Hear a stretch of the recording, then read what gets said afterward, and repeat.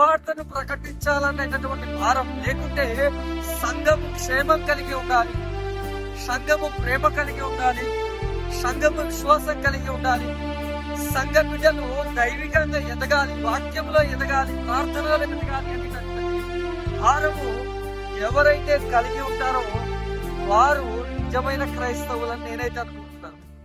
ఎందుకంటే నేటి దినాలు పేరుకే క్రైస్తవులుగా బ్రతుకుతున్నారు.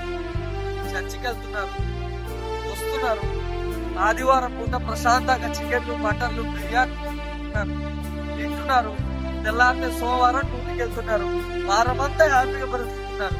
కానీ ఎవరైనా అయ్యో సంఘం పాడైపోతుంది, సంఘం గురించి ఆలోచించాలని, లేకుంటే రోజు సమాజంలో స్వార్థ వినని వారు, లేకుంటే యేసుక్రీస్తు ప్రభుని అంగీకరించని వారు, రక్షణను పొందని వారు చాలా మంది ఉన్నారని ఆలోచించేవారు ఉన్నారా? కాబట్టి సంఘము గురించినటువంటి భారం,